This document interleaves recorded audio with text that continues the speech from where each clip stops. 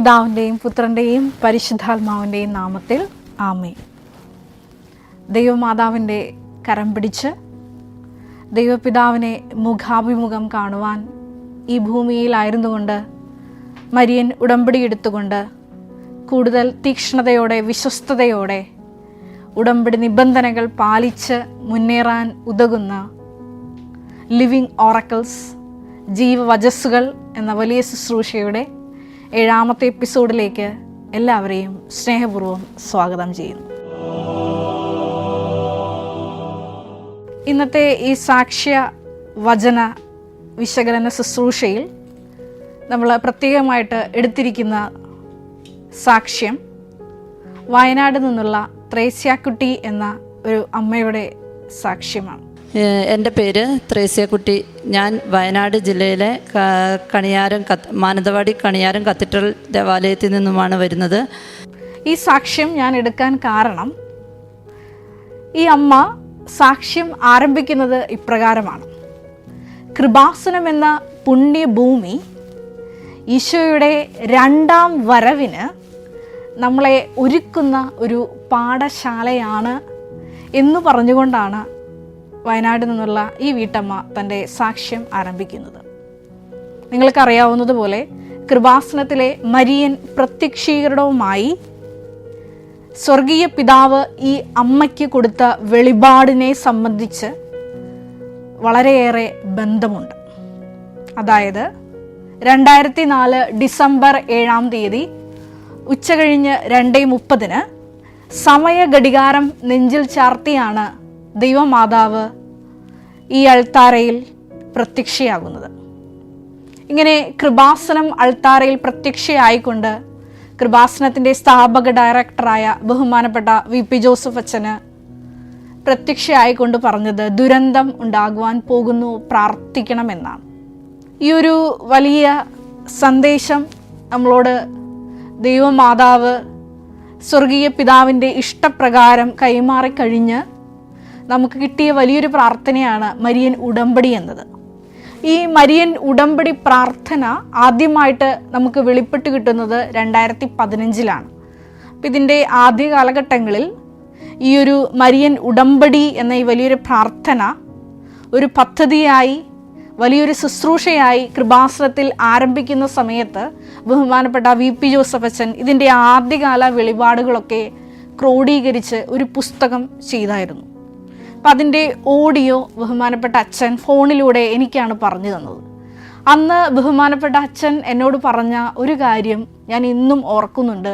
പക്ഷെ പിന്നീട് പുസ്തകം ക്രോഡീകരിച്ചപ്പോൾ നമ്മൾ ആ ഭാഗം കട്ട് ചെയ്ത് കളഞ്ഞുകൊണ്ടാണ് പുസ്തകം പ്രസിദ്ധീകരിച്ചത്. അത് ഇപ്രകാരമായിരുന്നു: കൃപാസനത്തിലെ മരിയൻ പ്രത്യക്ഷീകരണത്തിന് യുഗാന്തവുമായി വളരെയേറെ ബന്ധമുണ്ട്. അതാണ് ഈ സമയഘടികാരം നെഞ്ചിൽ ചാർത്തിയ ദൈവമാതാവിൻ്റെ പ്രത്യക്ഷീകരണത്തിൻ്റെ ഏറ്റവും വലിയ അർത്ഥം എന്നുള്ളത്. ഇത് നിങ്ങൾക്കറിയാവുന്ന പോലെ സഭയാണ് ഔദ്യോഗികമായി ഈ വിഷയം പ്രഖ്യാപിക്കേണ്ടത്. അതുകൊണ്ട് തന്നെ ബഹുമാനപ്പെട്ട അച്ഛൻ അന്ന് ബുക്ക് ക്രോഡീകരിച്ചപ്പോൾ ഈ വിഷയം ബോധപൂർവം കട്ട് ചെയ്ത് കളഞ്ഞു. ഏറെ പ്രത്യേകമായിട്ട് അച്ഛൻ ഉൾച്ചേർത്തത് ഈ യുഗാന്തത്തോടനുബന്ധിച്ച് ഒരു വിശുദ്ധ ജനത്തെ എങ്ങനെ ഒരുക്കാം എന്നുള്ളതിനെ അടിസ്ഥാനമാക്കി മരിയൻ ഉടമ്പടി നിബന്ധനകൾ പാലിച്ച് മുന്നേറാൻ ഉതകുന്ന വലിയൊരു ശുശ്രൂഷയായിട്ടാണ് പിന്നീട് നമ്മുടെ മരിയൻ ഉടമ്പടി പ്രാർത്ഥന അറിയപ്പെട്ടത്. പക്ഷേ ഈ അമ്മയ്ക്ക് ദൈവപിതാവ് ഈ ഒരു പ്രത്യക്ഷീകരണത്തിൻ്റെ വലിയൊരു അർത്ഥം പറഞ്ഞു കൊടുക്കുകയാണ്. ഈ കൃപാസനം എന്ന പുണ്യഭൂമി ഈശോയുടെ 2ാം വരവിന് നമ്മളെ ഒരുക്കുന്ന വലിയൊരു പാഠശാലയാണ് എന്ന്. ഈ അമ്മയ്ക്ക് ഇങ്ങനെ ഒരു വെളിപാട് ദൈവപിതാവ് കൊടുക്കാൻ പ്രത്യേകമായിട്ടുള്ള കാരണങ്ങളുണ്ട്. ഈ എപ്പിസോഡിൻ്റെ താഴെ പിൻ ചെയ്യുന്ന സാക്ഷ്യം കേൾക്കുന്നതിലൂടെ നിങ്ങൾക്കും മനസ്സിലാകും. അതായത് ഒരു ദുരന്ത മുഖത്തിലൂടെയാണ് ഈ അമ്മ യാത്ര ചെയ്യുന്നത്. കനൽ വഴികളിൽ ചവിട്ടി മുന്നേറിക്കൊണ്ടാണ് ഈ അമ്മ യാത്ര ചെയ്യുന്നത്. ഈ ഒരു സമയം ദൈവമാതാവിൻ്റെ കരം പിടിക്കുന്നതിലൂടെ ഈ അമ്മ ആർജിച്ചെടുത്ത ഒരു ദൈവിക ശക്തിയുണ്ട്. ആ ശക്തിയിൽ നിന്നാണ് ഈ അമ്മയ്ക്ക് ഈ ഒരു വെളിപാട് കിട്ടുന്നത്. അമ്മയുടെ ദുരന്തം ആരംഭിക്കുന്നത് ഭർത്താവ് മരിക്കുന്നതിലൂടെയാണ്. ഭർത്താവ് മോട്ടോന്യൂറോൺ ഡിസീസ് ബാധിച്ച് ഒത്തിരിയേറെ സഹന സാഹചര്യങ്ങളിലൂടെ കടന്നുപോയിക്കൊണ്ടാണ് ഭർത്താവ് മരിക്കുന്നത്. അതിനുശേഷം ഈ അമ്മ പറയുന്നുണ്ട്, മക്കളെ വളർത്തി വലുതാക്കുവാൻ ഒരു നിലയിലെത്തിക്കാൻ താൻ അനുഭവിച്ച കഷ്ടപ്പാടുകൾ. പിന്നീട് അമ്മ തന്നെ പറയുകയാണ് തൻ്റെ ഒരു അസുഖത്തെ പറ്റി. എൻ്റെ ഒരു കൂട്ടുകാരിയാണ് എന്നെ ഇവിടെ കൂട്ടിക്കൊണ്ടു വന്നത്. അന്ന് എനിക്ക് കിഡ്നിയിൽ നിന്നും പ്രോട്ടീൻ ലീക്കേജ് ആകുന്ന ഒരു അവസ്ഥയായിരുന്നു. ഈ ഒരു അസുഖവുമായി ബന്ധപ്പെട്ട് മൂത്രത്തിൽ കൂടി പത പോലെ പ്രോട്ടീൻ പുറത്തു പോവുക, ഒപ്പം തന്നെ പ്രഷർ കൂടുക, തളർന്ന് വീഴുന്നൊരവസ്ഥ. ഇങ്ങനൊരു അവസ്ഥയിൽ ബഹുമാനപ്പെട്ട VP ജോസഫ് അച്ഛനെ മരിയൻ ഉടമ്പടിയെടുത്ത് ഈ അമ്മ കാണുന്നുണ്ട്. ഒരൊറ്റ കൈവപ്പ് പ്രാർത്ഥനയിലൂടെ, സൈത്ത് പൂശിയുള്ള പ്രാർത്ഥനയിലൂടെ അമ്മ പറയുന്നത് പൂർണ്ണ സൗഖ്യം അമ്മയ്ക്ക് കിട്ടിയെന്നാണ്. തുടർന്ന് അമ്മ പറയുന്നുണ്ട് ജീവിതത്തിലെ ജീവിത ദുരിത സഹന സാഹചര്യങ്ങൾ, അതൊക്കെ നമ്മൾ ആലോചിക്കുന്നതിൽ അപ്പുറത്തുള്ള വിഷയങ്ങളാണ്. ഒന്നാമതായിട്ട് പറയുന്നുണ്ട് 5 ലക്ഷം രൂപ ലോൺ എടുത്തത് അത് 16 ലക്ഷമായി മാറി. ഹൗസ് ലോൺ അത് ഹസ്ബൻഡുള്ളപ്പോൾ എടുത്തതാണ്, ഭർത്താവ് മരിച്ചും പോയി. വീണ്ടും പറയുന്നുണ്ട് മകൻ്റെ വിദ്യാഭ്യാസത്തിന് വേണ്ടി 4 ലക്ഷം രൂപ എടുത്തത് അത് 8 ലക്ഷം രൂപയായി. പക്ഷേ മരിയൻ ഉടമ്പടി പ്രാർത്ഥനയുടെ യോഗ്യതയാൽ സമയ ചുരുക്കത്തിലാണ് ദൈവമാതാവ് ഈ 2 വലിയ കടഭാരത്തിൽ നിന്നും ഈ അമ്മയ്ക്ക് മുക്തി നൽകുന്നത്. വീണ്ടും വീട് കെട്ടിപ്പടുക്കാൻ നോക്കുമ്പോൾ വീടാകെ ഉറഞ്ഞ അവസ്ഥയിലാണ്. അപ്പോൾ ഇതൊന്ന് അളന്ന് ഒരു മതിൽ കെട്ടേണ്ട ഒരു സാഹചര്യം വന്നപ്പോൾ ഈ അമ്മ പറയുന്നുണ്ട് അയൽവാസികൾ 21 പേർ ചേർന്നാണ് ഈ അമ്മയ്ക്കെതിരെ പഞ്ചായത്തിൽ കംപ്ലൈൻറ്റ് കൊടുത്ത് അത് മുനിസിപ്പാലിറ്റിയിലോട്ട് ഹാൻഡ് ഓവർ കൊടുക്കുന്നു. പിന്നീട് ഓവർസിയർ വന്ന് മതിൽ പണി സ്റ്റോപ്പ് ചെയ്യാൻ ഒരു ഓർഡർ ഇടുന്നു. അപ്പോഴും ഇവർ ചെയ്യുന്നത്, അപ്പം ഞാൻ ഇവിടുന്ന് കൊണ്ടുപോയ വെഞ്ചിരിച്ച ഉപ്പും അത് 4 ദിക്കിലും ഇട്ടിരുന്നു. പിന്നെ അതോടുകൂടി എൻ്റെ എല്ലാ പിന്നെ കൃപാസന മാതാവിൻ്റെ ഒരു കാശുരൂപം എൻ്റെ ആ കെട്ടിയ ആ മതിലിൻ്റെ ഫ്രണ്ട് മതിലിൻ്റെ ഉള്ളിലേക്ക് പിന്നെ വയ്ക്കുകയും ചെയ്തു. അതിൻ്റെ ഫലമായിട്ട് എനിക്ക് പെർമിറ്റ് കിട്ടുകയും കെട്ടിയ വഴിയിൽ കൂടെ തന്നെ കെട്ടിക്കോളാൻ പഞ്ചായത്ത് അനുവദിക്കുകയും ചെയ്തു. പുറപ്പാട് 14:14 തിരുവചനം അനുസരിച്ച് നിങ്ങൾ ശാന്തരായിരുന്നാൽ മതി, കർത്താവ് നിങ്ങൾക്ക് വേണ്ടി യുദ്ധം ചെയ്യും എന്ന തിരുവചനം അനുസരിച്ച് ദൈവമാതാവ് നേരിട്ട് ആ വിഷയത്തിൽ ഇടപെട്ട് ഓവർസിയറിനെ കൊണ്ട് തന്നെ ഈ കേസ് പിൻവലിപ്പിക്കുകയും തുടർന്ന് ഈ അമ്മയ്ക്ക് മതിൽ പണി തുടരുവാനും സാധിക്കുന്നു. വീണ്ടും ഈ അമ്മ ഉടമ്പടിയിൽ വെക്കുന്നുണ്ട്, ഇങ്ങനെ വീട് പണിയൊക്കെ പൂർത്തിയായി കഴിഞ്ഞപ്പോൾ എൻ്റെ മകന് നല്ലൊരു വിവാഹാലോചന വരണം, അത് ദൈവമാതാവ് ആഗ്രഹിക്കുന്ന രീതിയിൽ തന്നെ വരണം. അമ്മ പറയുന്ന പ്രകാരമാണ് മരിയൻ ഭക്തയായ ഒരു മകളെ ദൈവമാതാവ് തന്നെ ഉണ്ടാക്കിയ ഒരു സാഹചര്യത്തിലൂടെ എൻ്റെ മകന് ജീവിത പങ്കാളിയായി ലഭിച്ചു എന്ന്. പിന്നെ ഈ അമ്മ പറയുന്നത് കുറച്ചും കൂടി നമ്മളെ ഇരുത്തി ചിന്തിപ്പിക്കുന്നതാണ്. ഞാൻ കല്യാണം വിളിക്കാൻ പോകുമ്പോൾ ഈ പേപ്പർ കൊണ്ട് ആയിരുന്നു ഞാൻ പോയിക്കൊണ്ടിരുന്നത്. എല്ലാ വീട്ടിലും ഞാൻ ഈ പേപ്പർ കൊടുത്ത് ഈശോയെക്കുറിച്ചും മാതാവിനെക്കുറിച്ചും പറയും. ഞാൻ ഈ വിവാഹ ക്ഷണക്കത്തിനൊപ്പം കൃപാസനം പത്രവുമായിട്ടാണ് ഞാൻ ഓരോ ഭവനങ്ങളിലോട്ടും കടന്നു ചെന്നത്. ആ ഭവനങ്ങളിൽ ഓരോ ഭവനത്തിലും ചെന്ന് ഞാൻ ഓരോ മക്കളോടും കൃപാസനത്തിലെ ദൈവമാതാവിൻ്റെ വലിയ പ്രവർത്തനങ്ങളെക്കുറിച്ച് അവരെ ബോധ്യപ്പെടുത്തി കൊടുക്കും, സ്വന്തം അനുഭവങ്ങൾ പങ്കുവയ്ക്കും. അങ്ങനെയാണ് എൻ്റെ മകൻ്റെ വിവാഹത്തിലേക്ക് അവരെ ഞാൻ ക്ഷണിച്ചത് എന്ന്. ഇപ്രകാരം ജീവിത സഹന സാഹചര്യങ്ങളിൽ നിന്നുകൊണ്ട് തന്നെ സുവിശേഷ പ്രഘോഷണം നടത്തിയ അമ്മയ്ക്കാണ് സ്വർഗം ആ വലിയ വെളിപാട് കൊടുത്തത്. അതായത് കൃപാസനം ഈശോയുടെ 2ാം വരവിനായി നമ്മളെ ഒരുക്കുന്ന വലിയ പുണ്യഭൂമിയാണെന്ന്. വീണ്ടും നമ്മൾ ഈ സാക്ഷ്യത്തിൽ കേൾക്കുന്നുണ്ട്, ഈ അമ്മ ഒരു നഴ്സിംഗ് അസിസ്റ്റൻ്റാണ് കോഴിക്കോട് മെഡിക്കൽ കോളേജിൽ. അതുകൊണ്ട് തന്നെ ഒരുപാട് രോഗികളെ ഈ അമ്മയുടെ മുമ്പിൽ കിട്ടും. ഈ രോഗികൾക്കെല്ലാം വിശുദ്ധ തൈലം പൂശി അവരെ ശക്തിപ്പെടുത്തിയാണ് ഈ അമ്മ അവരെല്ലാം യാത്രയാക്കുന്നത്. അതിൽ തന്നെ 1-2 വലിയ ദൈവാനുഭവങ്ങൾ ഈ അമ്മ പങ്കുവയ്ക്കുന്നുണ്ട്. ഒരു വിൻസെൻ്റ് എന്ന് പറയുന്ന ഒരു വ്യക്തിയെ തെങ്ങിൻ്റെ മുകളിൽ നിന്ന് വീണിട്ട് ഫുൾ ബ്ലഡ് ഛർദ്ദിക്കുകയായിരുന്നു. ഉടനടി തന്നെ ഞാൻ തൈലം എടുത്ത് നെറ്റിയിൽ കുരിശ് വരച്ച് പിന്നെ പ്രാർത്ഥിച്ചതിന് ശേഷം മാത്രമാണ് ഡോക്ടേഴ്സിനെ കാണിക്കാൻ പോകുകയുള്ളൂ. ഉടനെ തന്നെ അവനും റിക്കവറായി. വീണ്ടും പറയുന്നുണ്ട്, കാറ് കയറി ഇറങ്ങിയൊരു മകനെ ഉടമ്പടി തൈലം തേച്ച് പ്രാർത്ഥിക്കുമ്പോൾ ആ മകന് വലിയ ബ്ലീഡിംഗ് ആയിരുന്നു. കരളിൽ മാരകമായ മുറിവ് പറ്റി ബ്ലീഡിംഗ് ഉള്ള ആ മകന് പൂർണ്ണ സൗഖ്യം കിട്ടുന്നത്.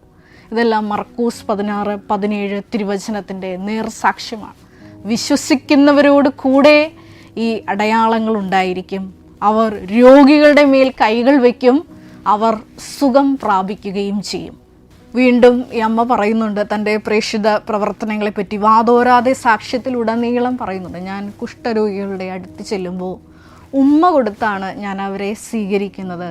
അതിനുശേഷമാണ് ഞാൻ പത്രം അവർക്ക് കൊടുക്കുന്നത്. കൃപാസനം ദൈവാനുഭവങ്ങളെപ്പറ്റി പറയുന്നത്.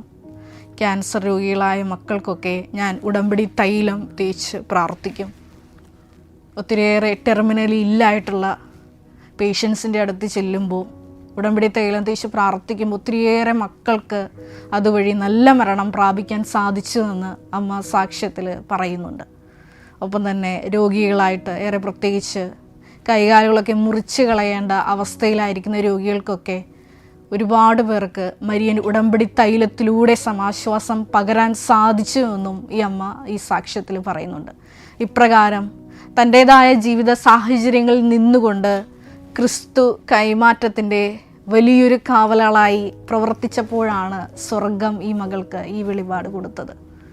ഞാൻ ഈ സാക്ഷ്യം, ഈ അമ്മയുടെ സാക്ഷ്യ അനുഭവങ്ങൾ ചുരുക്കുമ്പോൾ കൃപാസനത്തിലെ മരിയൻ പ്രത്യക്ഷീകരണം യുഗാന്തവുമായി എങ്ങനെ ബന്ധപ്പെട്ടിരിക്കുന്നു എന്ന് നിങ്ങളോട് പ്രത്യേകമായിട്ട് പറയാൻ ആഗ്രഹിക്കുകയാണ്.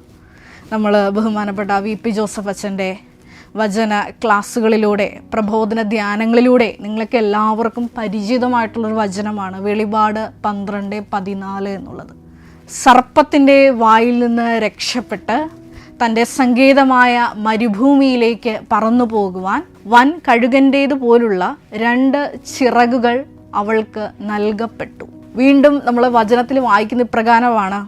വെളിപാട് 12:14 തന്നെ സമയവും സമയങ്ങളും സമയത്തിൻ്റെ പകുതിയും അവൾ അവിടെ സംരക്ഷിക്കപ്പെടേണ്ടിയിരിക്കും. പ്രഭാഷകൻ്റെ പുസ്തകത്തിൽ 40-ാം അധ്യായം 1-ാം തിരുവചനത്തിൽ ഇപ്രകാരം ഒരു ശക്തമായിട്ടുള്ളൊരു വചനമുണ്ട്. വചനം ഇപ്രകാരമാണ്: മാതാവിൻ്റെ ഉദരത്തിൽ നിന്ന് പുറത്തു വരുന്ന നിമിഷം മുതൽ സർവരുടെയും മാതാവിൻ്റെ അടുക്കൽ എത്തിച്ചേരുന്നത് വരെ ആദത്തിൻ്റെ സന്തതികളുടെ മേൽ ഭാരമുള്ള ഒരു നുഖം വയ്ക്കപ്പെട്ടിരിക്കുന്നുവെന്ന്. അതായത് നമുക്കറിയാം, ജനിച്ച് വീഴുന്ന അന്നു മുതൽ നമ്മുടെ ഈ നുഖം നമ്മൾ പ്രത്യേകമായിട്ട് പേറുകയാണ്.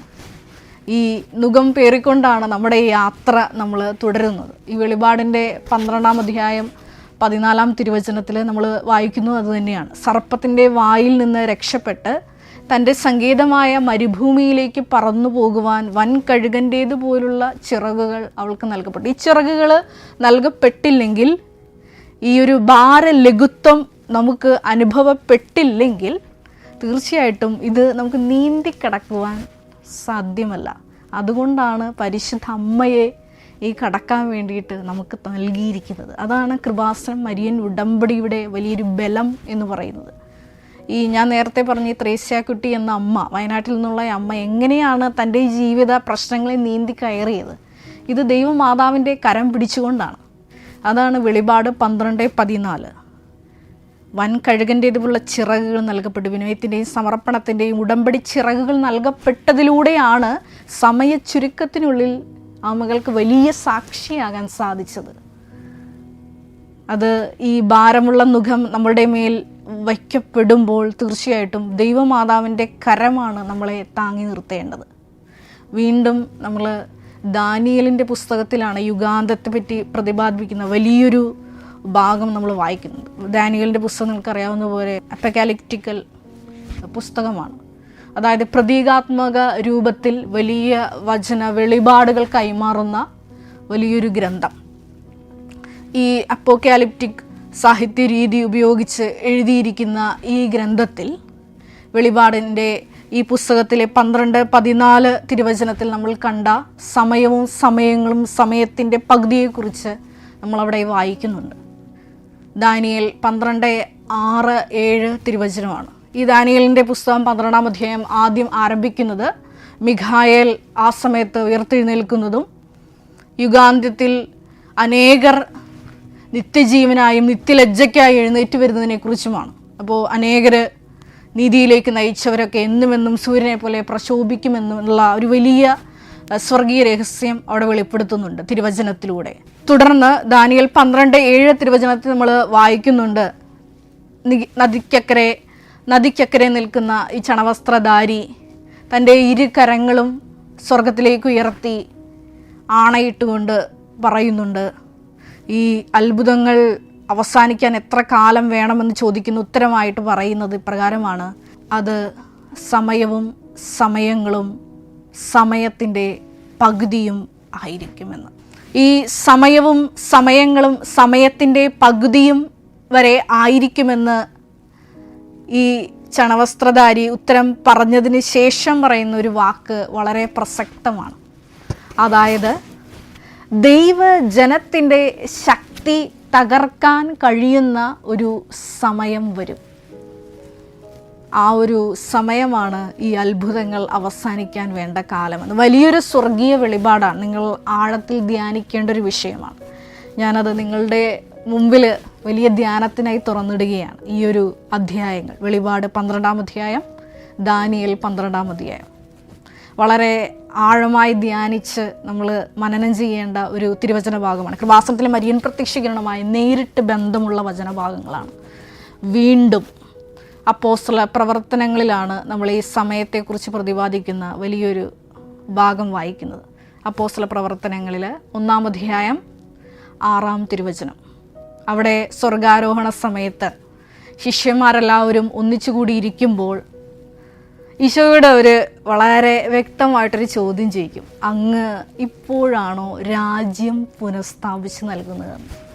ഈശോ അതിന് ഒരു മറുപടി പറയുന്നുണ്ട്, പിതാവ് തൻ്റെ അധികാരത്താൽ നിശ്ചയിച്ചുറപ്പിച്ചിരിക്കുന്ന സമയമോ കാലമോ നിങ്ങൾ അറിയേണ്ട ഒരു കാര്യമല്ല എന്ന്. ഇവിടെ പിതാവ് നിശ്ചയിച്ചുറപ്പിച്ച സമയമോ കാലമോ നിങ്ങൾ അറിയേണ്ട കാര്യം അല്ല എന്ന് പറയുന്നിടത്താണ് കൃപാസനം മരിയൻ പ്രത്യക്ഷീകരണത്തിൻ്റെ പ്രസക്തി നമ്മൾ വ്യക്തമായി മനസ്സിലാക്കേണ്ടത്. കാരണം സമയമായില്ല എന്ന് പറയുമ്പോൾ ദൈവപിതാവിൻ്റെ മനസ്സിലുള്ള സമയമായി എന്ന് കൂട്ടിപ്പറയാൻ കരുത്തുള്ള ഒരു ദൈവമാതാവ് നമുക്കുണ്ട്. അതാണ് വെളിപാട് 12:14 നമ്മൾ വായിക്കുന്നത്. സമയവും സമയങ്ങളും സമയത്തിൻ്റെ പകുതിയും അവൾ സംരക്ഷിക്കപ്പെടേണ്ടിയിരിക്കുന്നു.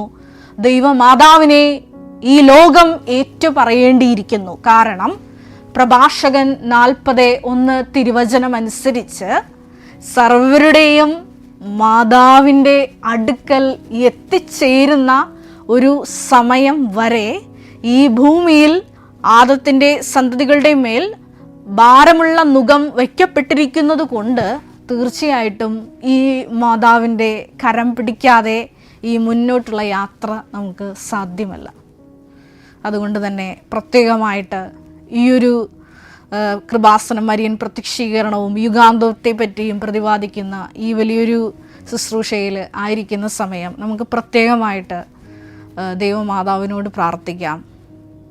യുഗാന്തത്തെ പറ്റിയുള്ള വലിയ സ്വർഗീയ വെളിപാടുകൾ വ്യക്തമാക്കുന്ന കൃപാസനം പ്രത്യക്ഷീകരണത്തിൻ്റെ വലിയ വചന വെളിപാടുകൾ ഈശോയെ ഞങ്ങൾക്കും നീ നൽകണമേ എന്ന്. മരിയൻ പ്രത്യക്ഷീകരണത്തിലൂടെ ഞങ്ങൾക്ക് ലഭിച്ച ഈ വലിയ മരിയൻ ഉടമ്പടി പ്രാർത്ഥനയിലൂടെ കൂടുതൽ വിശുദ്ധിയോടെ വിശ്വസ്തയോടെ ഉടമ്പടി നിബന്ധനകൾ പാലിച്ച് ഈശോയുടെ 2ാം വരവിനായി ഞങ്ങളെ തന്നെ ഒരുക്കുവാൻ പ്രത്യേകമായി ഞങ്ങളെടുത്തിരിക്കുന്ന ഉടമ്പടി ഞങ്ങളെ ഓരോരുത്തരെയും സഹായിക്കണമേ എന്ന് നമുക്ക് വ്യക്തിപരമായിട്ട് പ്രാർത്ഥിക്കാം. അതിന് ദൈവമാതാവിൻ്റെ കരം പിടിച്ച് സ്വർഗീയ പിതാവിനെ സ്നേഹിച്ച് നമുക്ക് മുന്നേറാം. എല്ലാവരെയും ദൈവം അനുഗ്രഹിക്കട്ടെ. പിതാവിൻ്റെയും പുത്രൻ്റെയും പരിശുദ്ധാത്മാവിൻ്റെയും നാമത്തിൽ ആമേൻ. Ave Maria.